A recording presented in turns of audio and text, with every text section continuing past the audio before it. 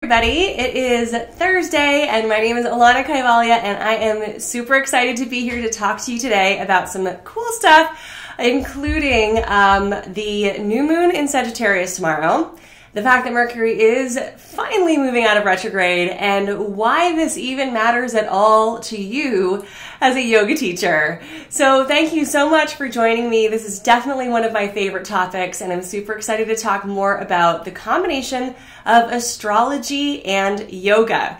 And perhaps you've heard me discuss this a little bit before for those of you who are regularly here with me on any of my live broadcasts, which are pretty much every week on YouTube, Facebook, and Instagram. So whichever social media platform is your favorite, you will find me there.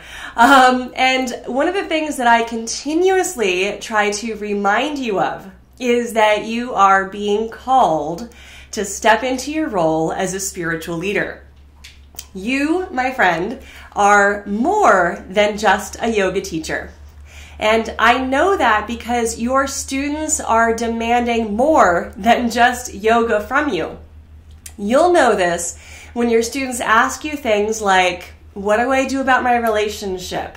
How do I find my soul's purpose? How do I quit my job or change careers? Or what about this life conundrum? Or can you answer the mysteries of the universe?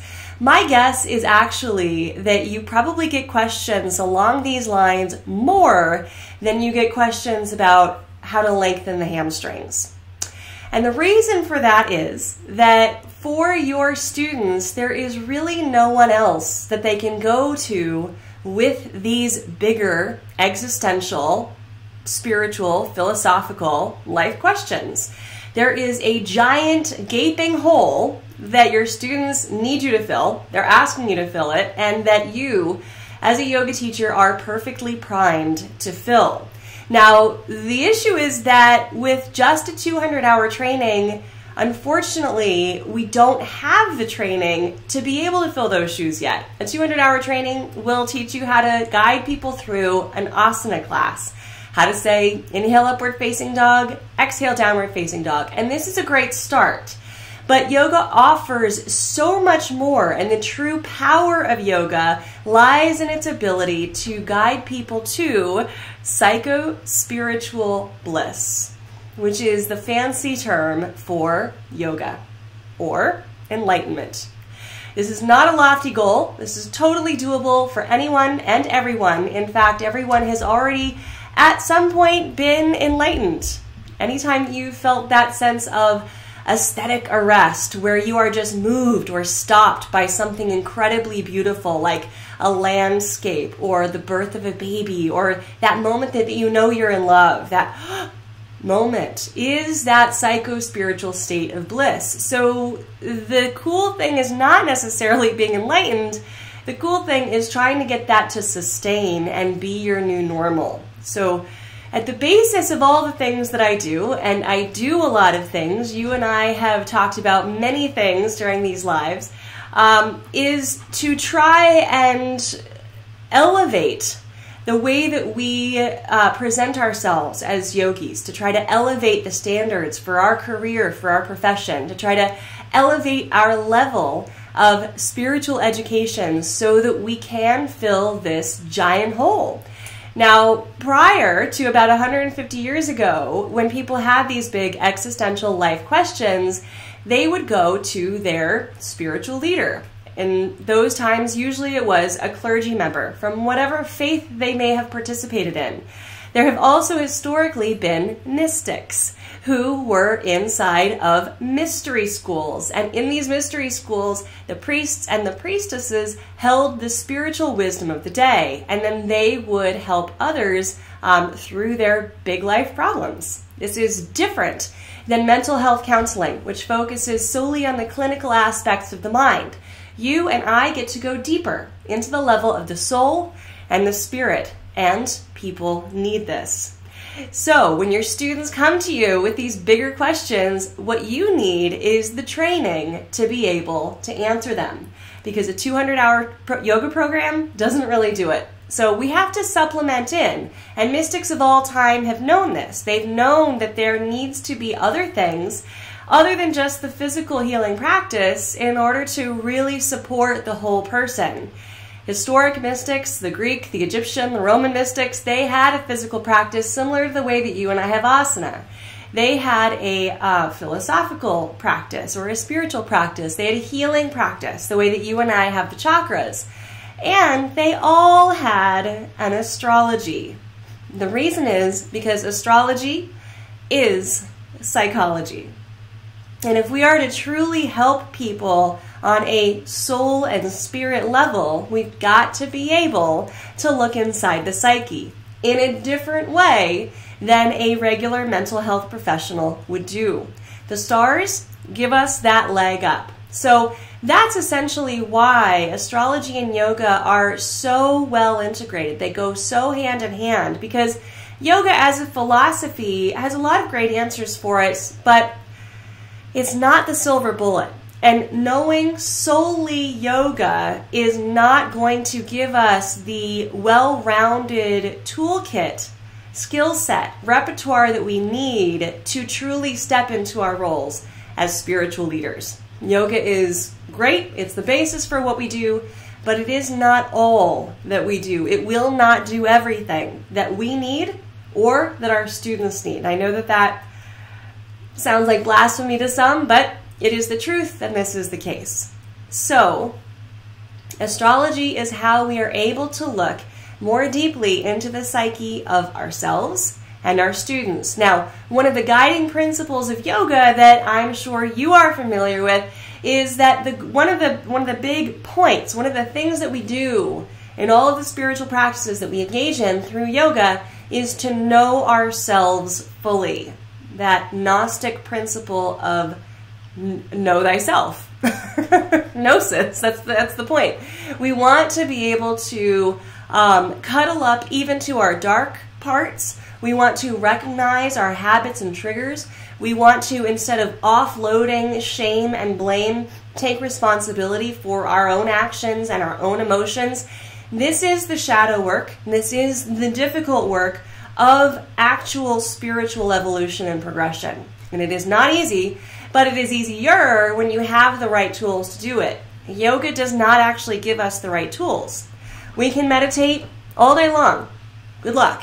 You can meditate for 22 hours every day if you want, but that's like trying to get to the bottom of an iceberg by starting at the top with an ice pick. I mean, maybe you'll get to the bottom, but it's going to take you a long time, and it's going to take you a lot of effort. There's a lot better ways to get right to the bottom of that iceberg, because the bottom of the iceberg, this is the metaphor for your psyche, is where the true gems and the true gold lies. Easier ways to do this require psychological tools. Astrology is one of the most powerful that we have. So this is a spiritual psychology, essentially. And again, it is a different type of psychology. It's still along the same lines, still uses the same principles as the mental health professionals do. But again, we're looking at the stars to see what behaviors are being affected right now. The planets are essentially predictors of behaviors. And these have been realized through observation by astrologers for thousands of years. It's exactly the same way that psychology was born. So the field of psychology was born because people simply observed how the mind works. They found patterns and they realized, well, when this situation is present, usually we'll see this result. Astrologers did the same thing. When this astrological situation is present, usually we'll see this result. It's sort of like hands on a clock. Okay, remember our old school clocks that used to hang on the wall? Minute hand, hour hand. The clock itself is not time. It represents time. It tells time. It gives you an indicator of the time. So the planets themselves are not the behaviors. They're not driving the behaviors. The planets are not up there going, all right, pushing us into manifesting or pulling us away from our focus. They're not doing things to us. They're simply indicators of what is alive and present for us on the planet and individually. This is incredibly helpful to know. Because again, part of yoga is that you know fully yourself. You know fully who you are. You get honest about your strengths, your weaknesses. You clearly see where you are expressing a low side of yourself so that you can express the high side of yourself. You want to know what the options for expressing the high side of something are. You want to know what your tendencies are so that you can work through them. One of my favorite things, one of the things that made me realize how powerful astrology truly is for us as spiritual leaders was a quote by Carl Jung. He was a Swiss psychologist, and he essentially said that he would not see a patient until he had read their astrological chart. And the purpose of that was that it saved him 6 months of time. If he sees the chart of someone, he knows exactly what it is they need to work on, and so they can just dive right in, as opposed to taking 6 months to try to get to know what it is they need to work on. So it's a bit of a shortcut. I do live in New York as a type A personality, surrounded by type A personalities. I love efficiency. I definitely want to get to the heart of things. Nobody needs to suffer any longer than they have to. Let's alleviate suffering. That's another thing that we try to do in yoga, and we can do it when we get a clear picture of what we're dealing with. Astrology allows us to kind of peek under the hood of the psyche, so to speak, and see the blueprint of who this person is. And each individual is a very complicated mix of all 12 signs. So, you know, I know that one of the things that we constantly harp on is like, oh, you know, what's your sign? Or we ask that a lot. If you meet somebody new, what's your sign?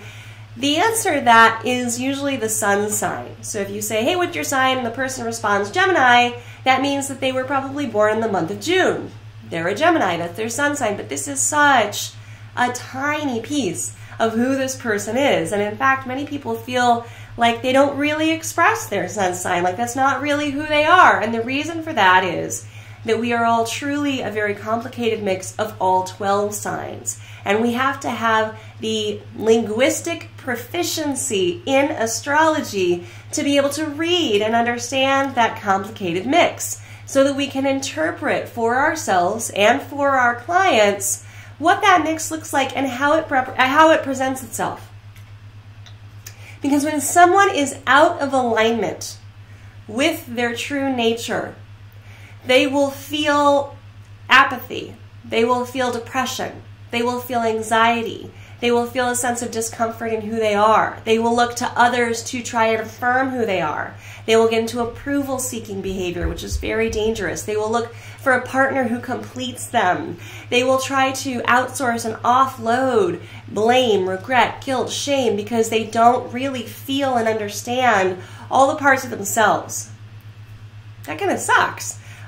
I want, and I'm probably guessing that you also want to express and manifest the fullest potential that you have in this lifetime. That you want to be able to move forward as who you are in this life, say yes to your adventure, and be confident that you are absolutely manifesting and presenting the best of yourself. Now, of course it's work, right? Every one of us, all of us, me included, everybody is going to have these moments where we kind of fall into the low side. So here's another tidbit about astrology. There are no good or bad signs, okay? There's nothing fully good or fully bad in astrology. Astrology confirms free will. Now, this is actually something that I was told the first time I ever had my natal chart read by my first yoga teacher. So my first yoga teacher was also an astrologer, which blew my mind. And it was so cool. And he was the first person to really introduce this concept of bringing these two things together for me. It took me another decade to actually figure out how important it was, how significant it was, and then another 5 years to figure out even how do I become an astrologer myself. I'd been studying it for a long time, but studying it is one thing. It is impossible to read all the books about astrology and then figure out how to be an astrologer. So we're going to talk about that more later, because I want to teach you how to become a certified astrologer. Not only to have an extra skill set in your toolkit as a spiritual leader, but to also have a secondary source of income that pays you more than your yoga classes will. It's a win-win. So this first astrologer said, yep, astrology confirms free will, and the reason is because when you look at someone's chart, what you're going to see are the tendencies. Okay, so we see tendencies. So there's a tendency toward Cancer, or there's a tendency here toward Sagittarius, or there's a tendency toward Virgo. Whatever it is that we're looking at on the chart, there's a tendency. Now, it's up to you as an individual with your own free will. Are you going to express the highest and most optimal version of that tendency? Or are you going to express the low side and less optimal version of that tendency? You get to decide. That is up to you.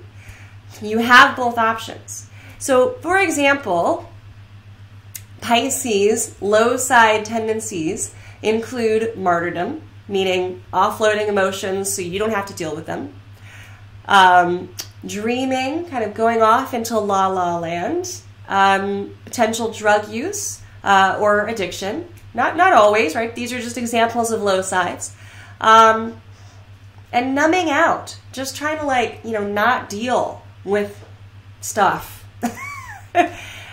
You could get stuck there. You could stay there. But if you are expressing low side Pisces stuff, you have as much energy then to express high side Pisces stuff, which is transcendence, spirituality, the ability to connect on a higher level with people, the ability to see past differences, to go deeply into spiritual practice, to feel spiritual results. That's high side. It's up to you. You get to pick, right? So we all have all 12 signs strangely mixed within us. We want to find out how that looks, what our astrological blueprint looks like. So I'm going to give you a tool this week to be able to see your astrological blueprint. I'm going to invite you to download my astrological ebook. And I'm going to paste that link below. Okay, so I have a whole ebook that's going to give you an introduction to astrology. It's going to start to hopefully wet your whistle and inspire you to study it further. And it will talk a little bit more about each sign, high sides, low sides. It will talk about the planets, how they express themselves, and it will talk about the biggest elements of astrology that you need to know, really, as a yoga teacher. It's going to get you started. So I'm going to paste that link for you below for those of you with me on Facebook and YouTube. And on Instagram, that link will be in my bio. Free ebook, go for it, right? You got nothing to lose. So there's a lot of really great things about knowing astrology as a yoga teacher. Okay, so not only are you able then to get those big answers to life's most challenging questions for yourself and for your clients, you can do these astrological readings where you see if a person is manifesting their most full potential. And if they're not, then you have the script to be able to help them manifest their fullest potential. You can see what the options are to kind of massage them into the best expression of the fullness of themselves. That is spiritual counseling. That is spiritual leadership. And what is really cool is that this is an incredibly valuable service. So when you become a certified astrologer, you can charge easily about 6 times what someone would normally pay for a yoga class. And that's money in your pocket. And you don't have to bend and stretch to get it. And you can do it over the phone from the comfort of your own home. So what a beautiful way to support your students, to diversify your skill set, to really establish your own expertise, to show people your spiritual leadership qualities, and to boost your income. Again, win-win all around. It's brilliant. So the other things that you can do as an astrologer, when you start to understand how astrology works, is that you can plan your classes around astrology. So, for example, we are today in a Mercury retrograde period. It feels like it's been forever, but it's been about 3 weeks since Mercury went into retrograde. And the planet Mercury does appear to move backwards in the sky, which is the retrograde period, a few times a year. And when this occurs, generally this kind of frags out short-range travel. Your flights will be delayed, they'll be canceled, you'll have a hard time getting there, you'll run into traffic, your baggage will be lost. You want to allow extra time for travel during Mercury retrograde and have lots of patience. Technology will be fragged out, your computer will crash, your emails won't send, people won't get them. So again, time and patience during Mercury retrograde. And you want to take the time to be more introspective about your communication. Mercury rules communication, our throat chakra. So it's a great opportunity to do throat chakra work. How many classes can you theme around that? You got 3 weeks of a Mercury retrograde. You can teach people to be more introspective about their communication. You can help them clear out their throat chakra. And you're teaching them about what is currently happening in the sky right now. Awesome. Well, we're lucky. Mercury comes out of retrograde tomorrow. That's December 7th. So, whew, we made it through just about. So Mercury is out. Oh, and I wore my special star scarf for you guys today. This has the NASA Hubble Deep Field print on it. And now I look like a bandit. But, you know, astrology theme, so I wear my astrology star scarf. So Mercury comes out of retrograde tomorrow, which means awesome, you know, that piece is done. And tomorrow we have a new moon in Sagittarius. So this is officially Sagittarius season.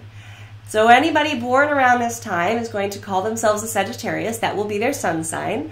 And there is Sagittarius energy afoot. That means there is a renewed interest or passion potentially for studying philosophy or religion. Getting a little more into the philosophy of yoga, for example. There's a little more passion for long-range travel. Sagittarius loves to get on a plane and go to a new culture or country and just drop in and see what happens. Sagittarius loves expansion and joy. Sagittarius doesn't really take a lot seriously. They can be a bit aloof, but they like to be joyful and happy, and they love to spread cheer. It's kind of the perfect time to do that.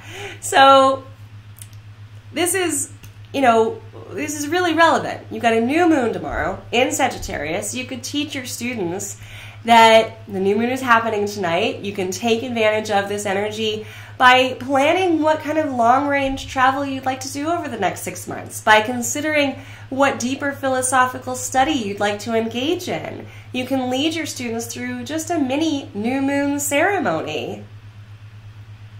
This is, I mean, it's pretty unique. There's not a lot of yoga teachers out there doing that, really talking about it, really bringing this in. The other benefit to this is it reconnects people with nature, which is such a gift, especially for those of us who live in big cities and, you know, haven't seen a tree in a while. People who sit in offices and don't get to go out to walk or really notice that the moon is new right now. They're not connected to that. As human beings, we've always been connected to nature. As human beings, our lives were guided by the moon. So the fact that we've fallen out of step with that, we're doing ourselves and our psychology a disservice. You can help guide people back into it if you know how to do it. So clearly, there's lots of awesome stuff that you can do with astrology and integrate it into your yoga practice, and I want to give you some great tools to do that today. I've already put the link below for my free ebook on astrology, so you're going to go check that out. Go get it. It's free. You've got nothing to lose.